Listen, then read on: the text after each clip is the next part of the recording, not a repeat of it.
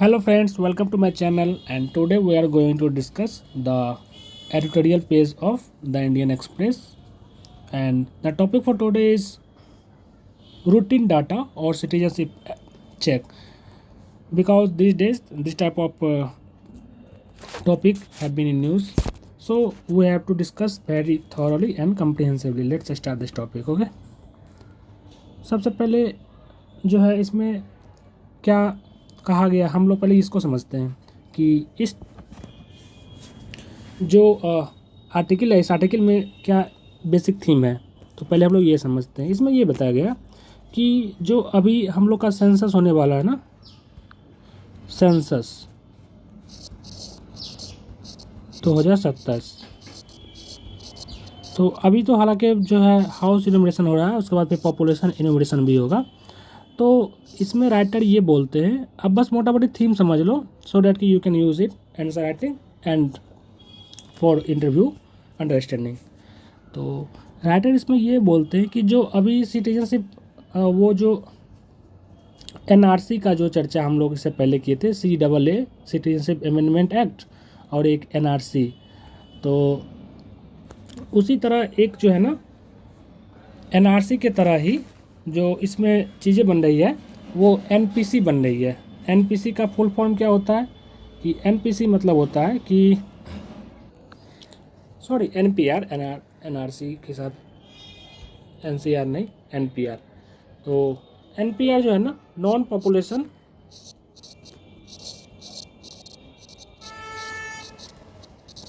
Register. देखो इसमें क्या है, इसमें ये बताया गया था कि अगर कोई व्यक्ति 6 महीना या उससे ज़्यादा समय से किसी लोकल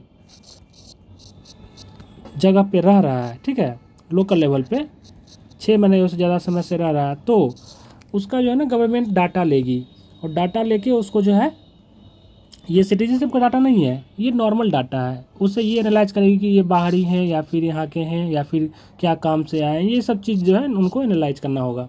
तो इसमें ये बताया गया है कि जो लोकल लेवल पे जो एनपीआर हम लोग जो गवर्नमेंट ने शुरू किया था, तो उसमें ना फादर का मान लो नेम, फिर मदर नेम, ठीक है, उसके बाद Aadhaar card, PAN card, driving licence card number, ये तमाम चीज़ें जो हैं, फादर का किस कंट्री के साथ, मान लो कि अगर कोई दूसरे कंट्री में उनका सिटीजनशिप है तो उसका डिटेल, या मदर का भी अगर किसी फॉरेन कंट्री से अगर कोई सर कनेक्शन है या फिर उनका वहाँ पर बर्थ प्लेस है तो उसका डिटेल, तो ये सब डिटेल जो है एनपीआर में पूछा जाता था।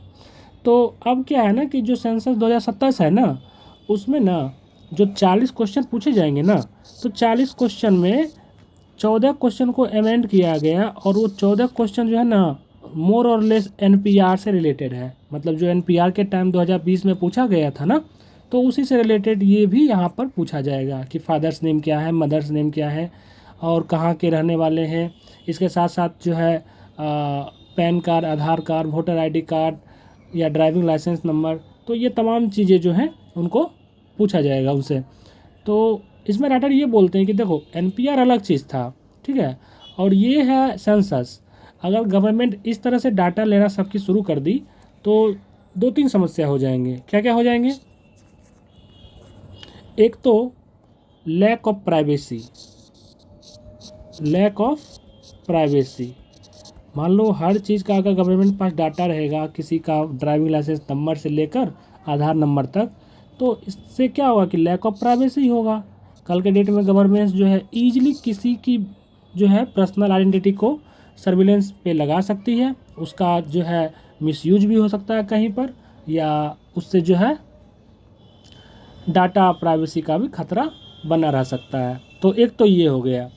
दूसरा क्या चैलेंजेज जो है इसमें आएगी, इसमें आएगी कि जो डाटा लोकलाइजेशन सेंटर है ना भारत में, उतना जो है सुदृढ़ लेवल पर नहीं है, या हम कह सकते हैं कि उस लेवल पर नहीं है कि हम लोग जो है साइबर थ्रेट से जो है अपने आप को बचा सके। जैसा कि हाल ही में आपने एग्जांपल देखा होगा दिल्ली एम्स में जो साइबर अटैक हुए थे। इसी तरह से कई बार जो अच्छे अच्छे इंस्टीट्यूशन, गवर्नमेंट इंस्टीट्यूशन में जो है होते रहते हैं।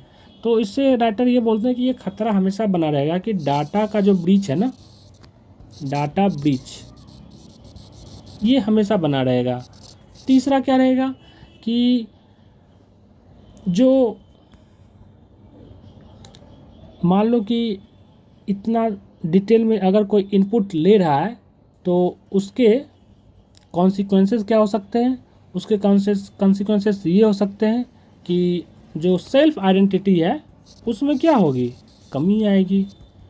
मान लो किसी के पास इतना डाटा डिटेल में रहेगा तो ऑब्वियसली है कि गवर्नमेंट जो है एक सिर्फ छोटे सा डाटा से वो पूरी तरह से उसका जो आइडेंटिटी है उसको निकाल सकती है और उसको सर्विलेंस पे लगा सकती है, तो सेल्फ आइडेंटिटी का इवेजन हो सकता है।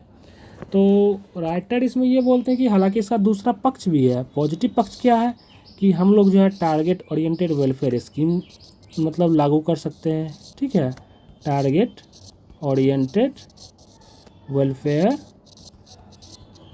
स्कीम, इसको हम लोग इम्प्लीमेंट करने में इफ़ेक्टिवली यूज़ कर सकते हैं। दूसरा क्या कर सकते हैं कि जैसे गवर्नमेंट के पास अगर एक्यूरेट डाटा होंगे तो उससे जो है सोशल मोबिलिटी एंड इकोनॉमिकल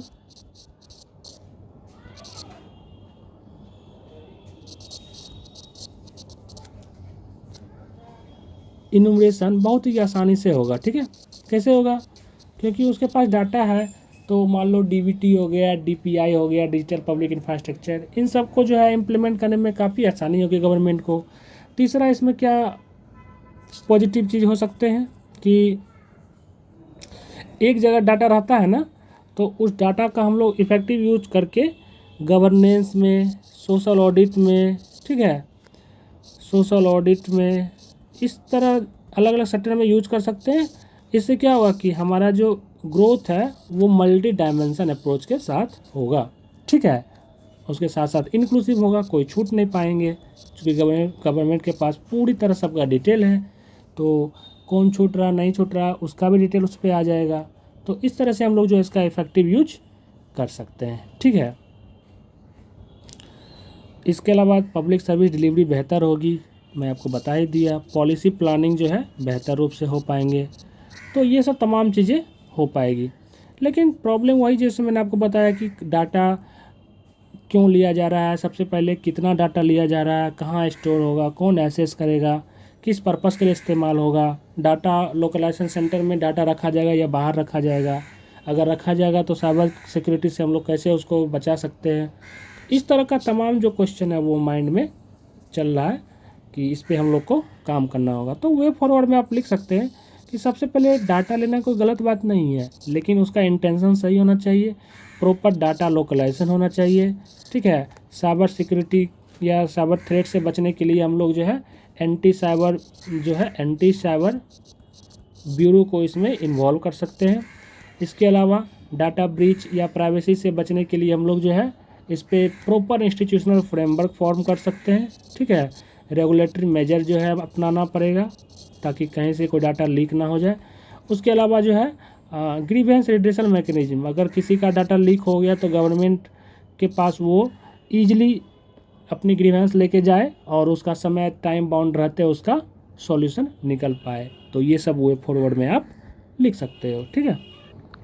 देखो इसमें ये बोला गया कि अभी जो हाल ही में सुप्रीम कोर्ट में इंडस्ट्री का एक केस है कि उसमें किस सेक्टर को इंडस्ट्री में रखा जाना चाहिए, किसको नहीं रखा जाना चाहिए, इसमें क्या मतलब इशू हैं, वो सब हम थोड़ा सा डिटेल में डिस्कस कर लेते हैं सो डैट कि आपको एक आइडिया लग जाए कि अभी चल क्या रहा है सुप्रीम कोर्ट में इस केस के रिगार्डिंग। ओके, तो देखो इसमें क्या है ना कि एक 1978 में ना, ठीक है, बेंगलोर वाटर केस आया था, बेंगलोर वाटर केस। इसमें जो है ना 7 जज बेंच थे सुप्रीम कोर्ट के, वो ये बोले कि देखो जो इंडस्ट्री एक्ट 1948 है ना, उसमें इंडस्ट्री को प्रॉपर रूप से डिफाइन तो किया गया, लेकिन बहुत सारी चीज़ों को उसमें नहीं भी किया गया डिफाइन, या उसमें कुछ चीज़ की कमी रह गई है, समय रहते या डिमांड रहते कई चीज़ें वो अमेंड होती है ना, तो उसमें कुछ कमी रह गई।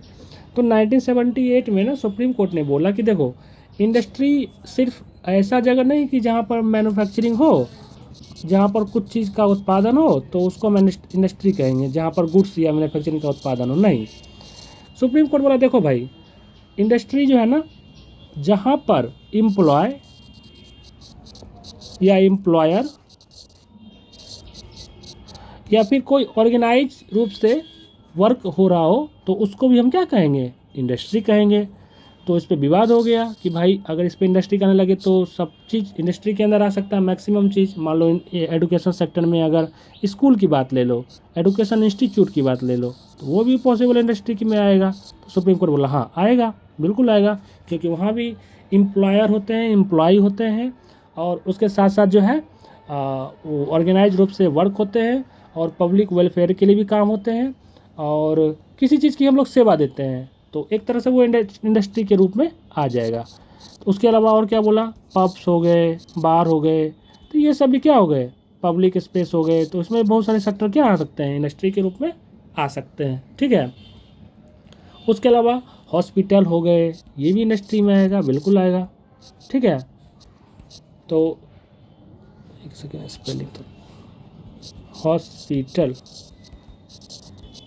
तो ये भी इंडस्ट्री में आ जाएंगे, बिल्कुल आएंगे। सुप्रीम कोर्ट ने बोला पॉसिबल जो है ये भी एक रीजन हो सकता है इंडस्ट्री में इसको लाने के लिए। तो अब इसमें क्या है ना कि सरकार ने 2020 में एक इंडस्ट्री अमेंडमेंट एक्ट लाई थी 2020 में, उसको पिछले साल नवंबर 2025 में लागू किया गया, ठीक है। तो इसमें इंडस्ट्री की डिफिनेशन में जो है या फिर उसके इंटरप्रिटेशन में और सारी चीज़ें चेंज की गई। तो सरकार बोला देखो, जो 1978 का जो हम लोग जजमेंट दिए थे, अगर उस पर कोई केस रिलेटेड है तो उसका जजमेंट भी इसी से ही रिलेटेड लॉज पर होना चाहिए, ना कि 2025 वाला जो इम्प्लीमेंट हुआ। तो फिर सरकार बोला कि 2025 वाला कब करोगे इम्प्लीमेंट, तो जज बोले कि ये मैं तब करूँगा जब आपको न्यू केस आएगा ना, और उसका जो है मान लो रिलेशन इस डेट के बाद होगा, तो हम जो है ये 2025 के जो केस है उसके द्वारा जो भी लॉज बनाए गए उसको यूज किया जाएगा, या उससे फिर इंटरप्रेट करते हुए जजमेंट दिया जाएगा, ठीक है। तो बोले सरकार बोला ठीक है।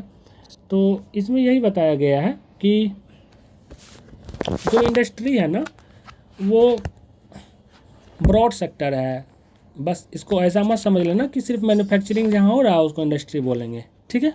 बस यही सेंस है इस टॉपिक का। Okay, thank you. हाँ, तो हम लोग नेक्स्ट आर्टिकल पे आते हैं।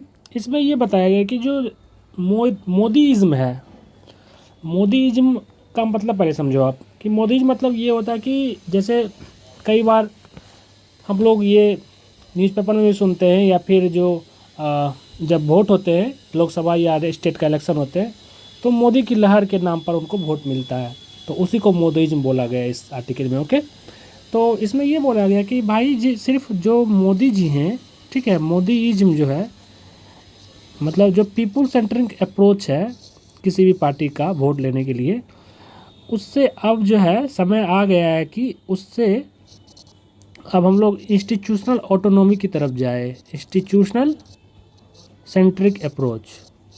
अब ये क्या होता है ये समझो। इसमें ये बोला गया कि देखो, इसमें ये बोला गया कि देखो, जब किसी चीज़ का जब लंबे समय तक डेमोक्रेसी में कोई चीज़ जब चलती है ना, तो डेमोक्रेसी उसे ज़्यादा दिन तक रखती नहीं है, उसको जो है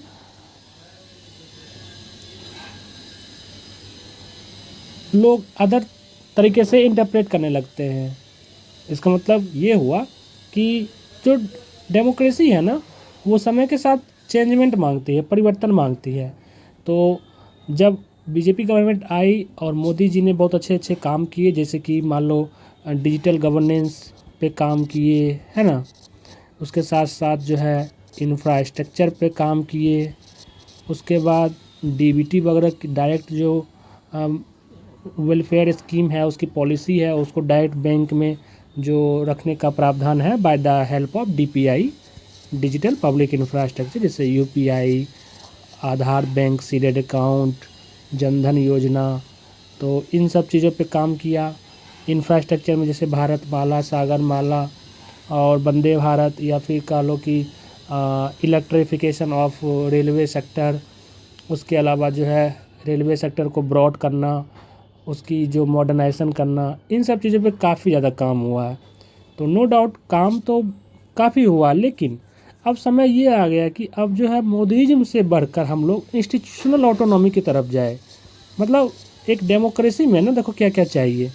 डेमोक्रेसी में जो है ना, सिर्फ लोगों को वेलफेयर या फिर वो इंफ्रास्ट्रक्चर नहीं चाहिए, लोगों को जो है ना justice,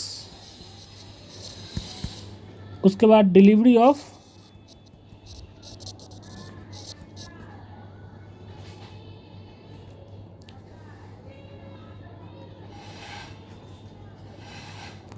policy at time bound manner, proper grievance redressal mechanism, इसके साथ साथ जो है एम्प्लॉयमेंट, और उसके साथ साथ जो है जो इंक्लूसिवनेस है वो होना चाहिए, फ्रीडम होना चाहिए, डिसेंट होना चाहिए, कॉन्सेंट होना चाहिए, ये सब होना चाहिए एक डेमोक्रेसी में। तो इसमें यही बोला गया कि अब टाइम आ गया कि हम लोग जो है ना मोदीज़म से ऊपर उठ के इंस्टीट्यूशनल ऑटोनॉमी की तरफ जाए।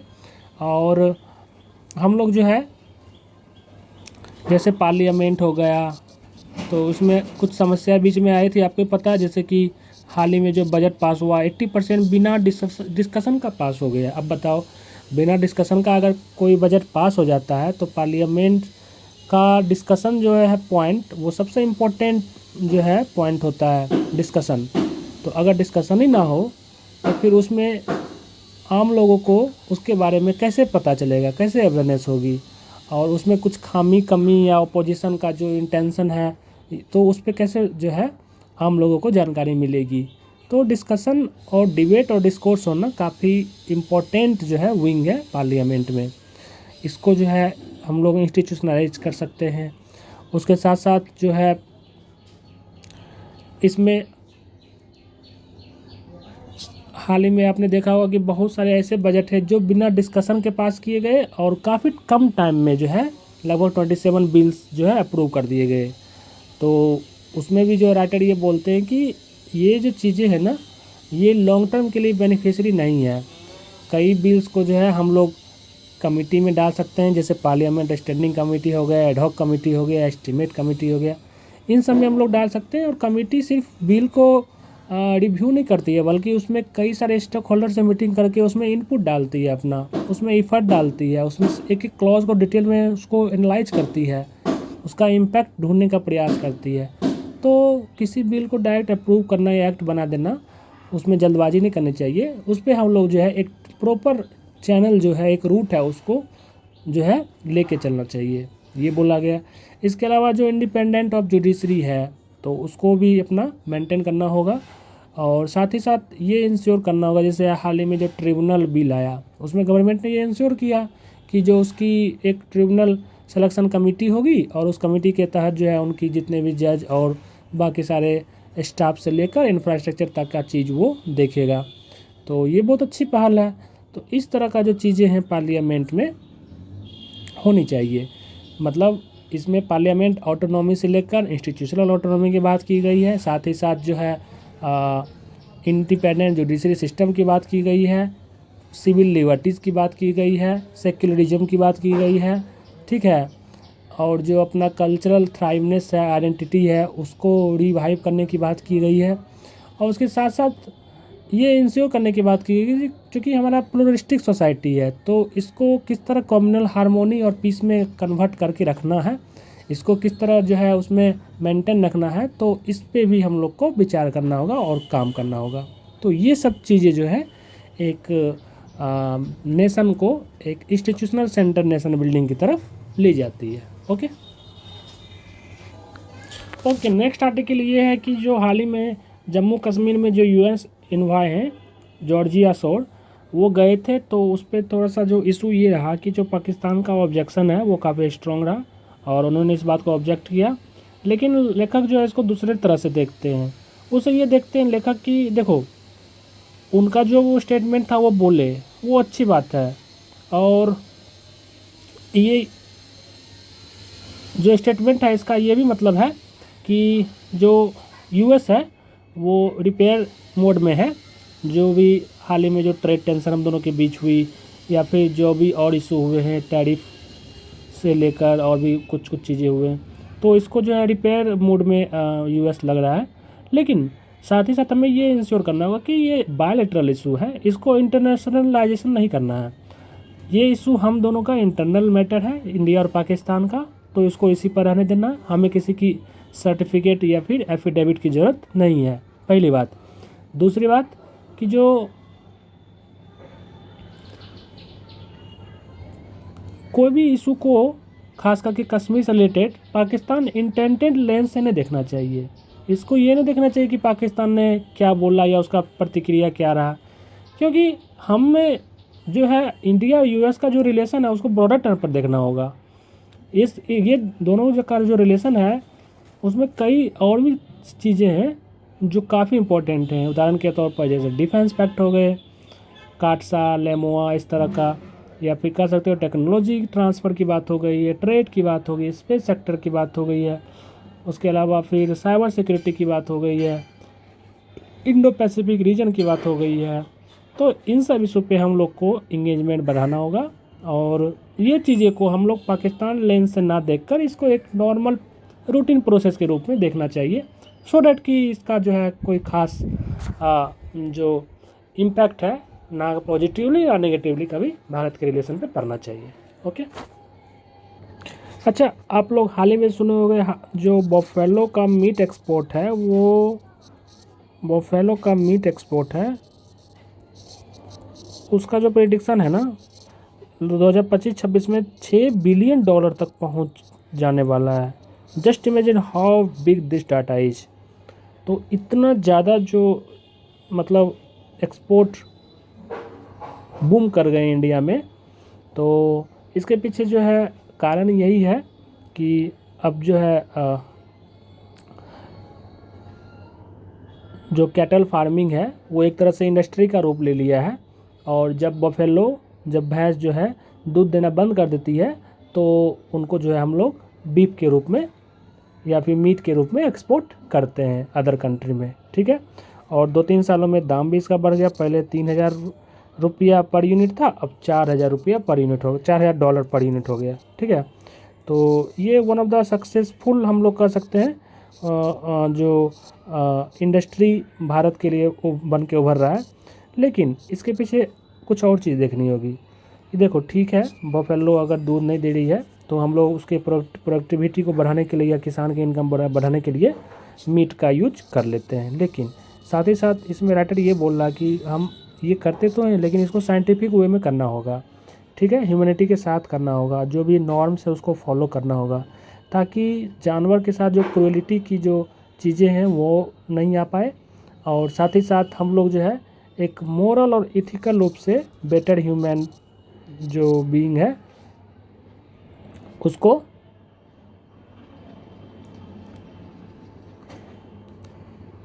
शो कर पाए, ठीक है।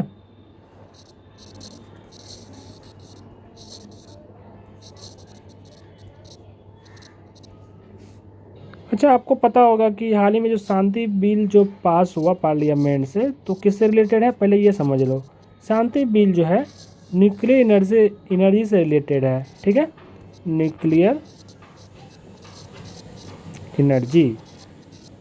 इसमें ये बोला गया कि हम लोग किस तरह न्यूक्लियर एनर्जी को एक बेहतर इफ़िशिएंट और इफेक्टिव रूप में यूज करें और उसका जो रेडियो एक्टिव जो बाय प्रोडक्ट निकलते हैं या वेस्ट निकलते हैं उसको किस तरह वेस्ट मैनेजमेंट करें। और इसके साथ साथ जो है हम लोग इसकी संख्या को किस तरह ब्रॉड करें, स्केलिंग अप करें और ज़्यादा से ज़्यादा जो है इसमें जो सेफ्टी और सिक्योरिटी का है उसका भी ध्यान रखें। तो ये सब जो चीज़ें हैं वो इस बिल में मेंशन है। इसके साथ साथ जो है इसमें प्राइवेट सेक्टर की जो एंट्री है उसका भी जो है चर्चा किया गया है। और इसके साथ साथ इसमें जो है ना लायबिलिटी, एक टर्म याद रखो, लायबिलिटी। इसका मतलब ये हुआ कि पहले क्या होता था कि जैसे कोई तरह का दुर्घटना हुआ तो उसमें जो है ना वो जो सप्लायर है उस पर सारा जो है फाइनेंशियल बर्डन डाल दिया जाता था। लेकिन अब क्या हुआ कि सप्लायर से ऊपर हम लोग ऑपरेटर पे बर्डन डालते हैं। इससे क्या होगा, जैसे NPCIL है, ठीक है, ये जो है न्यूक्लियर एनर्जी का रेगुलेट करने वाला एक कंपनी है। तो अब कुछ भी होगा ना तो NPCIL को सबसे पहले सरकार पकड़ेगा कि भाई आप जो है फंड दो और जो भी कंपनसेशन है उसका पूरा प्रावधान करो। तो यहीं पर थोड़ा कंट्रोवर्सी हो जाता कि भाई ऑपरेटर का क्या गलती है, सप्लायर का गलती है ना, वो चीज़ों को सही से सप्लाई नहीं कर पाया, वहाँ पर गलती कर दिया या मैनेजमेंट सिस्टम ख़राब किया। लेकिन नहीं, सरकार बोली नहीं, ऑपरेटर का काम है उसको रेगुलेट करना, कैसे सप्लायर जो रेगुलेट करता है, कैसे एसेस करता है और किस तरह मैनेज करता है। तो वो सब काम किसका है, सप्लायर का है। इसलिए गवर्नमेंट ने ये रूल लाया। इसके अलावा जो है इसमें फंडिंग की बात भी की गई है, कैपेसिटी बिल्डिंग की भी बात की गई है, ठीक है। और न्यूक्लियर टेक्नोलॉजी जो है ट्रांसफ़र अलग अलग देशों से होगा, तो उसकी भी जो हम लोग पहल कर रहे हैं ताकि ज़्यादा से ज़्यादा बाकी कंट्री से टेक्नोलॉजी ट्रांसफ़र हम लोग कर सके, ठीक है। और उसके जो डिजास्टर जो भी हो सकते हैं उसके प्रॉपर मैपिंग, उसके साथ साथ उसका प्रोसीड्यूर और उसका ब्रेन मैप जो है तैयार करना होगा। बिल्कुल कह लो कि आप रेगुलेटेड वे में। इसके बाद हर एक 5 साल में ना इसमें जो है ऑडिट करना होगा आपको, एवरी 5 ईयर। इसके लिए गवर्नमेंट द्वारा अप्रूव एक अलग कमेटी बनाया जाएगा। वो कमेटी जो है जो कह सकते हो कि न्यूट्रल कमेटी होगी या बाहर की कोई कमेटी पैनल बनेगी। उसमें सिविल एक्सपर्ट होंगे, बाहर से कोई साइंटिस्ट भी हो सकते हैं, ठीक है, और भी तरह के इसमें स्टेक होल्डर शामिल होंगे। और वो कमेटी ऑडिट करेगी कि ये जो न्यूक्लियर फैसिलिटी है वो सही से चल रहा है कि नहीं, इसमें कोई प्रॉब्लम भी है। तो ये सब जो चीज़ें हैं इसमें बताई गई है। लेकिन थोड़ी सी भारत की समस्या भी जान लो, भारत में क्या क्या समस्या है इसको लेकर। अभी भी जो हमारा जो इलेक्ट्रिसिटी है ज़्यादातर थर्मल से ही आता है, ठीक है। और लेकिन न्यूक्लियर से अगर आता भी है ना तो लो कार्बन इलेक्ट्रिसिटी आती है, बेस लोड पावर देती है, ठीक है। लेकिन सप्लायर रिस्क का अभी भी जो है, सप्लायर रिस्क का प्रॉब्लम अभी भी बना हुआ है कि भाई यूरेनियम देगा को तो कौन देगा, कौन सा देश समय पर दे पाएगा। प्रोजेक्ट कॉस्ट काफ़ी ज़्यादा है, ठीक है। इन्वेस्टमेंट अट्रैक्टिवनेस थोड़ा कम है, प्राइवेट इंटरनेशनल पार्टिसिपेशन थोड़ा कम है, उसके साथ साथ रेगुलेटरी फ्रेमवर्क काफ़ी वीक है हमारा, ठीक है। तो ये सब चीज़ें हम लोग को स्ट्रेंथन करने की ज़रूरत है। और सुप्रीम कोर्ट भी इसमें बोला है कि भाई जो एक कह सकते हो कि लायबिलिटी की जो गवर्नमेंट ने कैप लगाई है उसको प्रॉपर फॉलो करना होगा, ठीक है।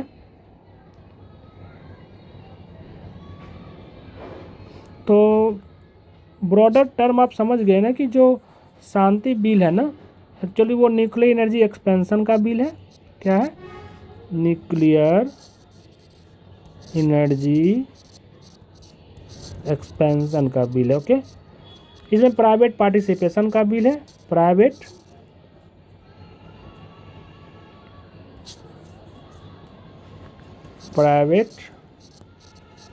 Participation, okay. इसके साथ साथ जो है रेगुलेटरी फ्रेमवर्क